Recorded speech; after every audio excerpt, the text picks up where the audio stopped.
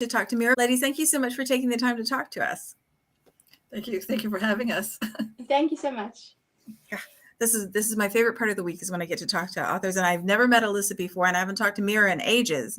And we have 2 new series launching this week, and also Mia Pride was going to be with us and had to back out, but we'll make sure we get her in on a future week. So we're going to talk a little bit about her book too, because that was the Picked in Time series is finishing up. So, but first off, if we could talk about Meara, if we could talk about your book. It's the Moonstone Landing series, and the covers for these are just beautiful. And I know we've had a novella that's in the series come out already, but can you tell us a little bit about the Moonstone Duke? Oh, yes.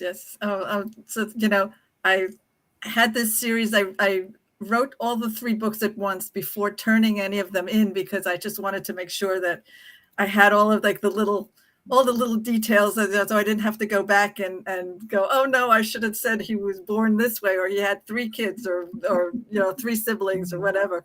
But I'm really excited about this series.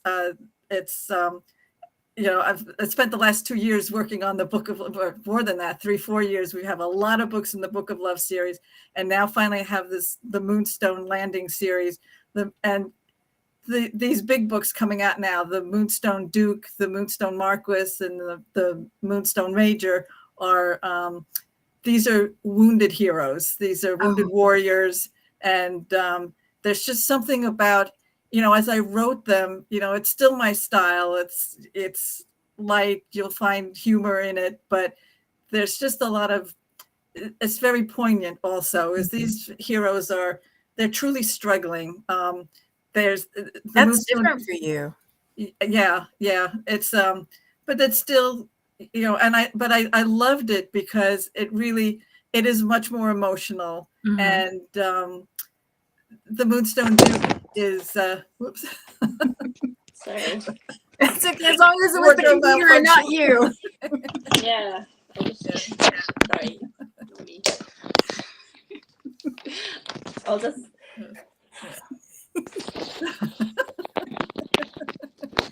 Sometimes it's kids, Alissa. Sometimes it's cats. There's inevitably something. So. As long as you don't tumble out of the chair, we're fine. Sorry.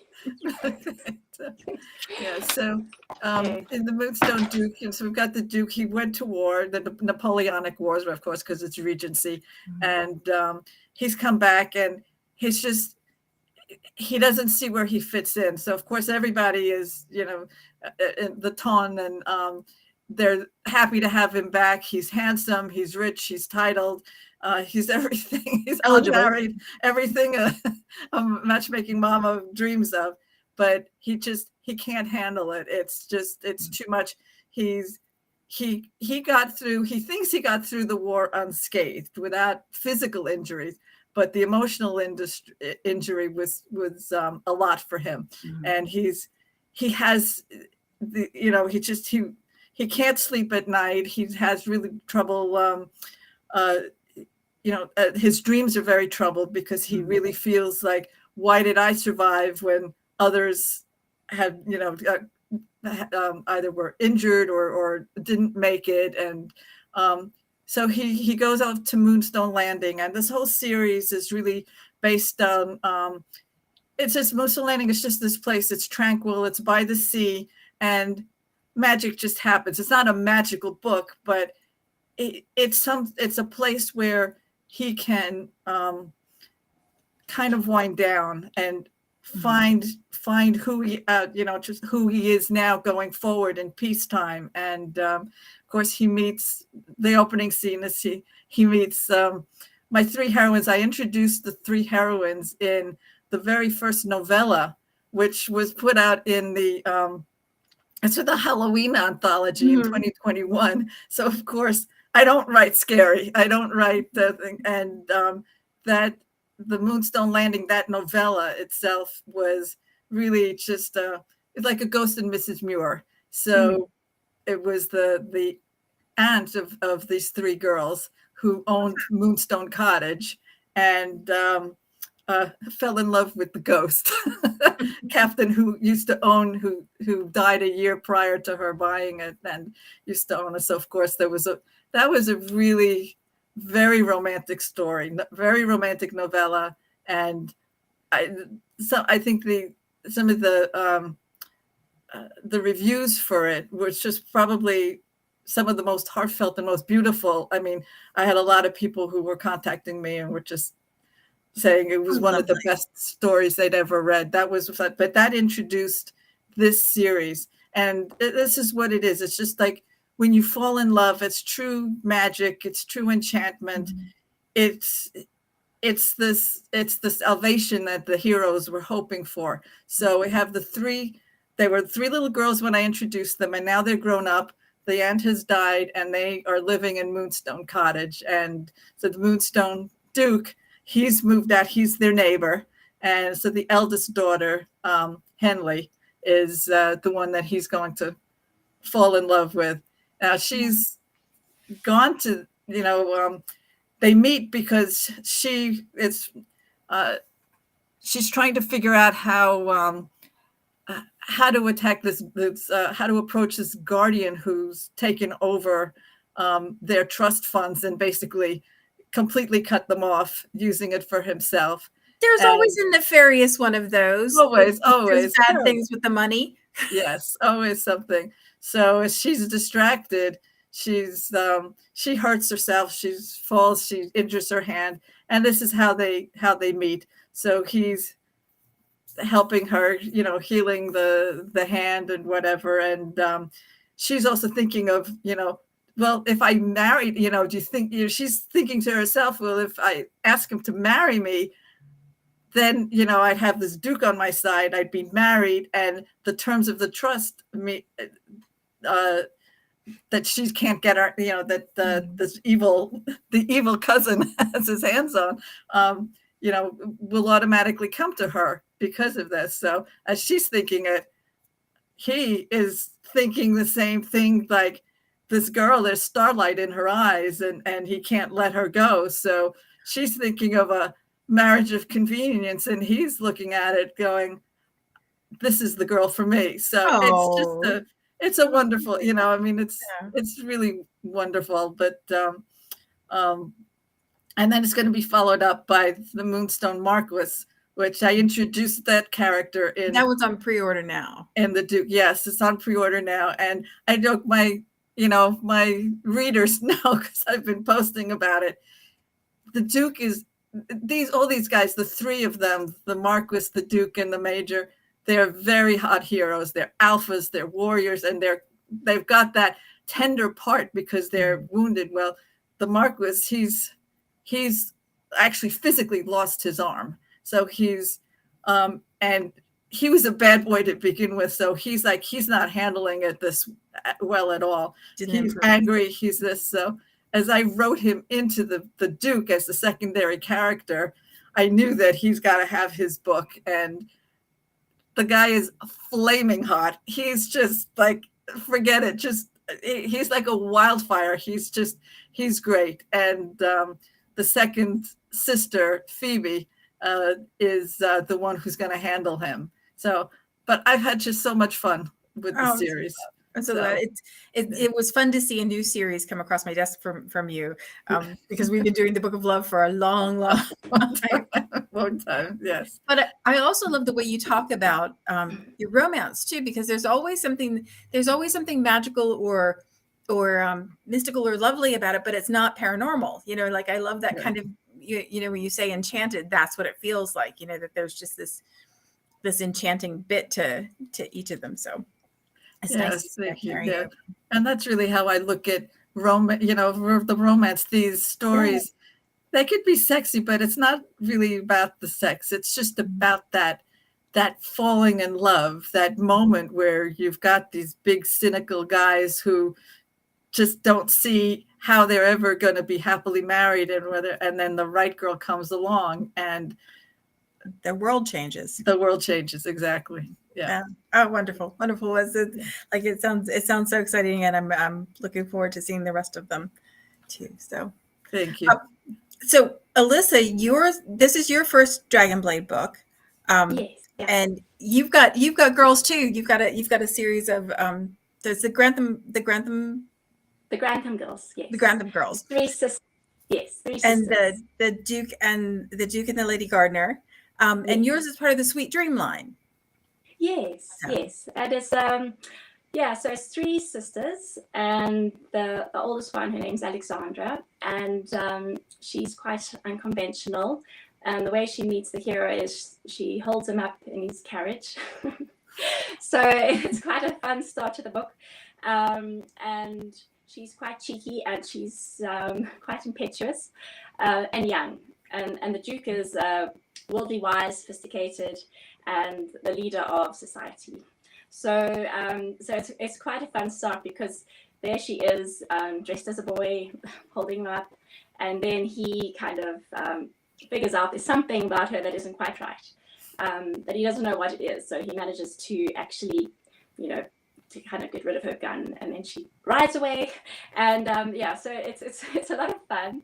And then so in the beginning he's come there to set his estate in order, but because he's always been hounded by matchmaking mamas, he decides to actually go there incognito, so nobody knows who he is.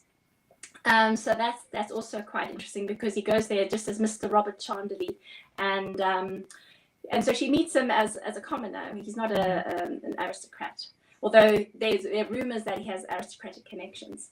And then the story is just about his life being turned upside down by someone who doesn't care about airs and graces, and she's more about feelings and helping the poor. And she basically, the whole premise is she's stealing like a Lady Robin Hood, mm-hmm. to help the poor, because they need money, and the local neighbors, they're not actually giving them enough wages. So she's like a bit of a social crusader, I'd say.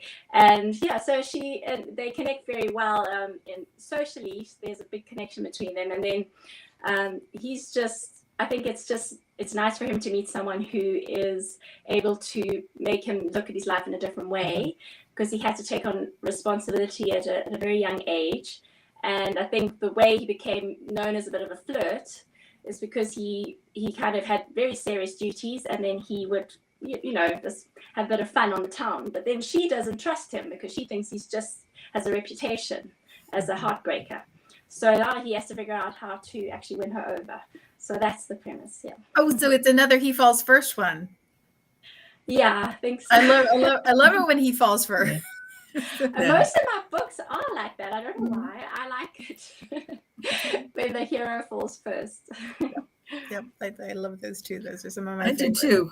I happen to, a lot of my heroes fall first, but it's also, I guess it's personal taste and stuff, but I just feel that if he's going to be lusting after the heroine, he's not heroic if he's just going to lust after her and then think he's going to move on. But, if it like grabs his heart, yes. then it's romantic. It's romantic. It's more enchanting. It's nicer. I agree. So it's the Grantham girls. So who are the other heroines in the series? Oh yes, so then we have Alexandra, and then her sister Dorothea, but her name is Thea, and she's a lady chemist. Oh, and Alexandra's a lady gardener, but she's very interested in horticultural science. Oh, so fun. She has houses and greenhouses, so she has an interest in science, and she grows fruit and vegetables to feed the poor. Mm-hmm. And then her sister is a lady chemist. And her book is also very exciting, because I actually was reading all about real lady chemists at the time and what they were doing, and so it's based really on true, on real people in terms of what she's doing in the book, the chemistry. And then the third book, she's a lady astronomer, and so the second book is the Baron and the Lady Chemist, and the Baron is he's kind of has a. His mother wasn't from the aristocracy, and so he kind of doesn't feel like he quite fits in with society, and neither does Dorothea or Thea. So they kind of meet almost as outsiders in society. So that's that story, and he's got a very good heart, and I find him a very interesting hero because he's quite charismatic, but he's also very kind, and I like kind heroes. And then the third book, also a nice kind hero. See, I have to have kind heroes because my heroines are they orphans, you see. So, so the heroes have to be quite nice. It's time for them to have some good things happen. So exactly, they've had a hard time, and now they're meeting really nice men who are proper heroes. That's what I would say. And so, so in the last story, he's a viscount. He's the heir to an earldom, and he is an astronomer and he's interested in archaeology and so forth. So they're quite scholarly people. Yeah, I love that. So then we get to learn stuff. I like it when they're interesting professions in the books, because then I get to see different pictures of what it was like during that time. So some of my favorite stuff too. Oh, well, that sounds like so much fun. And those other two books, I don't think we have release dates for yet, do we? And I think the ones I haven't got the actual date. I think it's August and then November. So soonish. Yes, yeah. Finished edits on the Baron and the Lady Chemist, and I'm writing the Lord and the Lady Astronomer. And I know what you mean, Meara, because I suddenly think, oh dear, should I put that in the first book? So I just do my best to try to make sure it all fits in properly. So that's the perfect way to start talking about writing styles. Meara, I know you said that you had done all three of them to begin with, so that you had all the details. Do you all plot ahead of time? Do you plot out your series ahead of time? Do you know? I know when you submit to Dragonblade, you have to have a series submission with kind of a general idea of where the books are going. But do you know in your head what the touch points are, or do you discover things as you go along? Are you plotters? Are you pansters? How much outlining do you do, ladies? 0.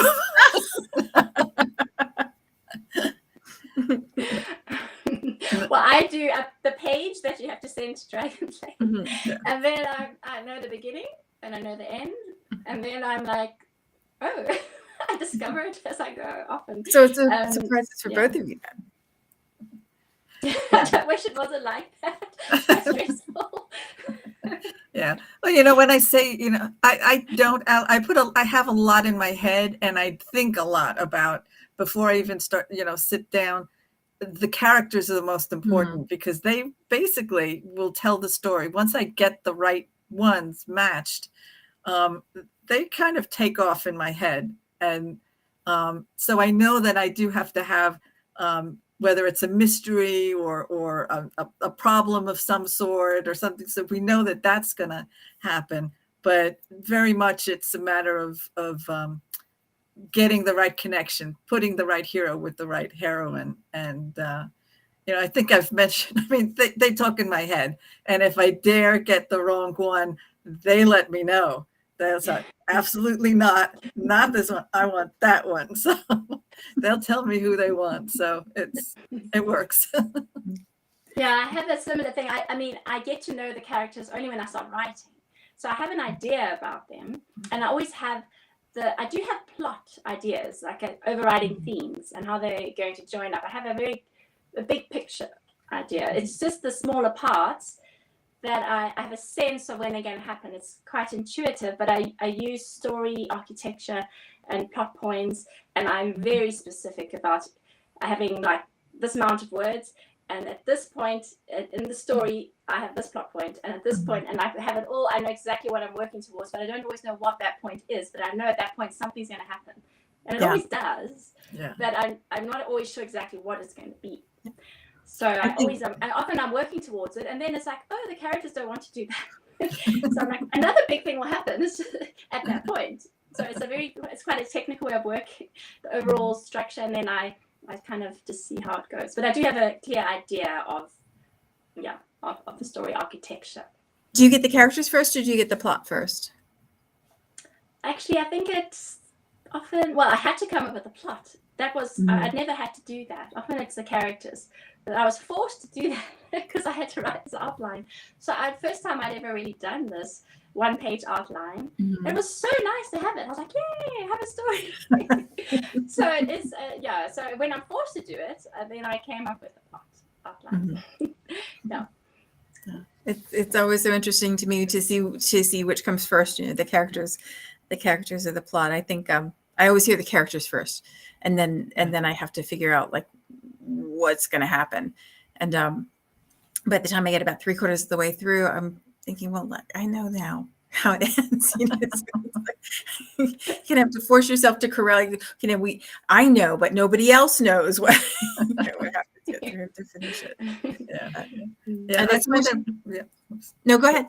Okay. No, I find that once I know the characters, they really help me form the plot. They'll tell me because they all have especially the heroes, they're all going to have an attitude. So if I'm going to try to get them somewhere and they're going to tell me, no, we're going this way. So, it's, but as Alissa said, we do have to have that, and that kind of understanding of, okay, this has to happen by this point and that has to happen by that point. And because you can't just write in a vacuum. Doesn't work. Yeah. I think instinctive storytelling. I think we all know from listening to stories and growing up with stories, the kind of cadence that a story has to follow to make sense. So I think some of that is intuitive, but when you start to actually deconstruct it and put points in, so that the difference between a spontaneous story and a crafted story those are the ones that I think make you come back and read them again and again. Yeah. Awesome. Are you morning writers or afternoon writers? And I know we're dealing with really different time zones. Alissa is in South Africa and Meara is on the East Coast. And so we're like, you're at our nighttime and we're still midday. Yeah, in the middle of the night. So are you morning writers or evening writers? Well, I write anytime I get, but I try and write when my children are at school, and then I write while they're karate. I write all the time. I like half an hour here, half an hour there. I take my laptop with me everywhere, and I just try whatever I can. I can blank out everything and just that's how I work. Do you have a way to get yourself back into the story? I know. When kids are small, like stealing those couple of minutes it means you don't get 4 hours worth of writing time or even 2 hours worth of writing time. You get little pieces. Do you have a way to get yourself back into the story quickly when you sit down? Luckily I have stretches of time in the morning when I can just focus, and then usually by then I'm in the chapter. And once I'm in a chapter, it's much easier. It's starting the chapter that I found like that's when I have to really concentrate. So I try to start the chapters in the morning and then fit in extra parts when I can. But I don't often start a chapter when I only have half an hour.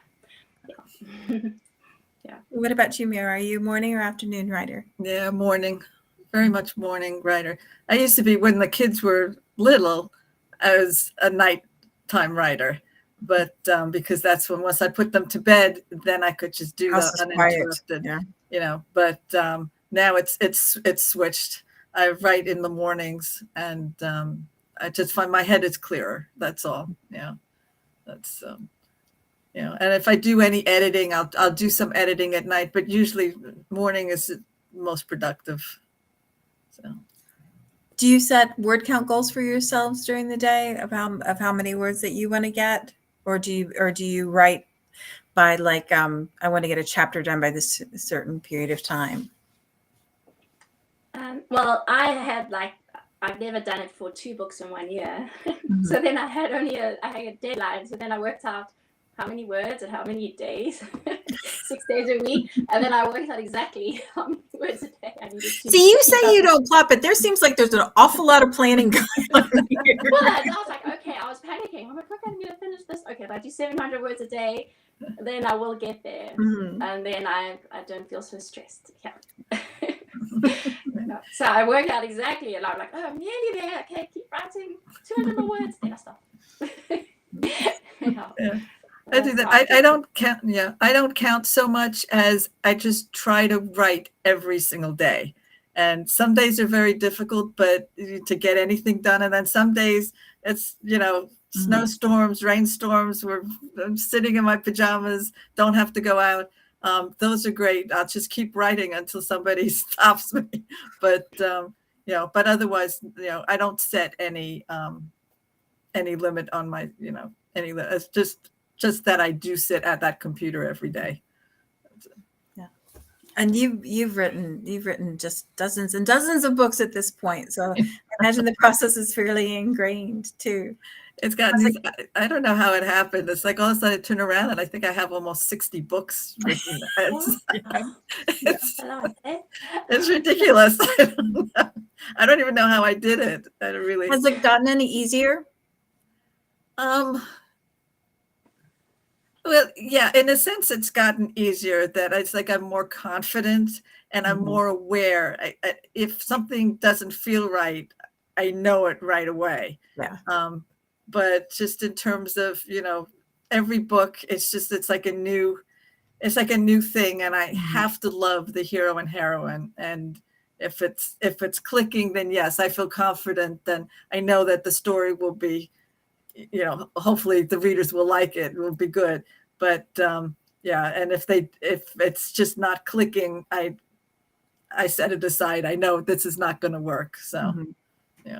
I think that not forcing things is something that happens after you've written a bit too. It's like you can always tell if things aren't going forward, it's because I went wrong somewhere. It's and pushing through is not usually the right thing to do.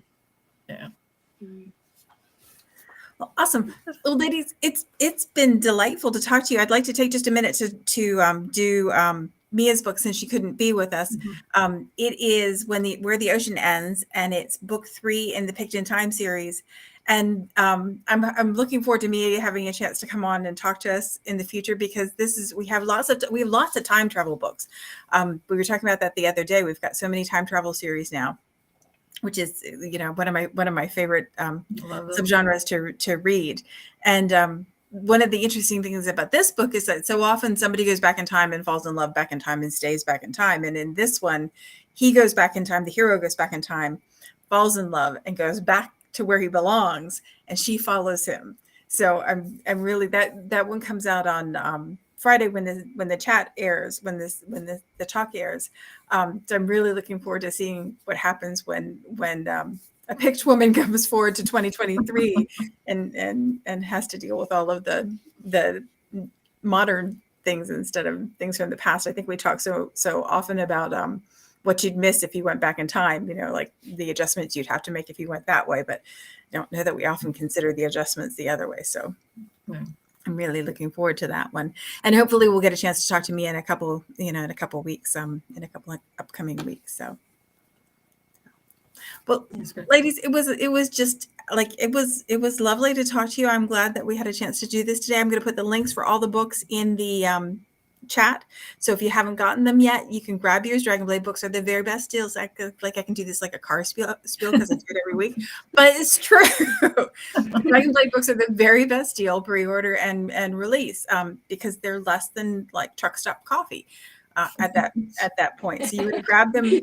And they're also very, very good. I mean, Dragonblade has top I love writers. Yes, I love that. I love recommending the books. I love that I can recommend anything from the Sweet Dreams line to the Flame line, and that somebody will find exactly what they want within that range, and authors that they don't know. And the really beautiful thing, aside from them being a really good deal on pre-order and release, is that you can read in Kindle Unlimited. So if something interests you, you can read with your Kindle Unlimited subscription. There's no barrier to entry. You don't have to think about it. You can just click and go. So you can always find something that you like. But I'll make sure that the links are in the comments so you can grab them for your weekend reading. And thanks so much. And we will be back here next week at the same time. Thanks so much. Thank you, Evelyn. Thanks.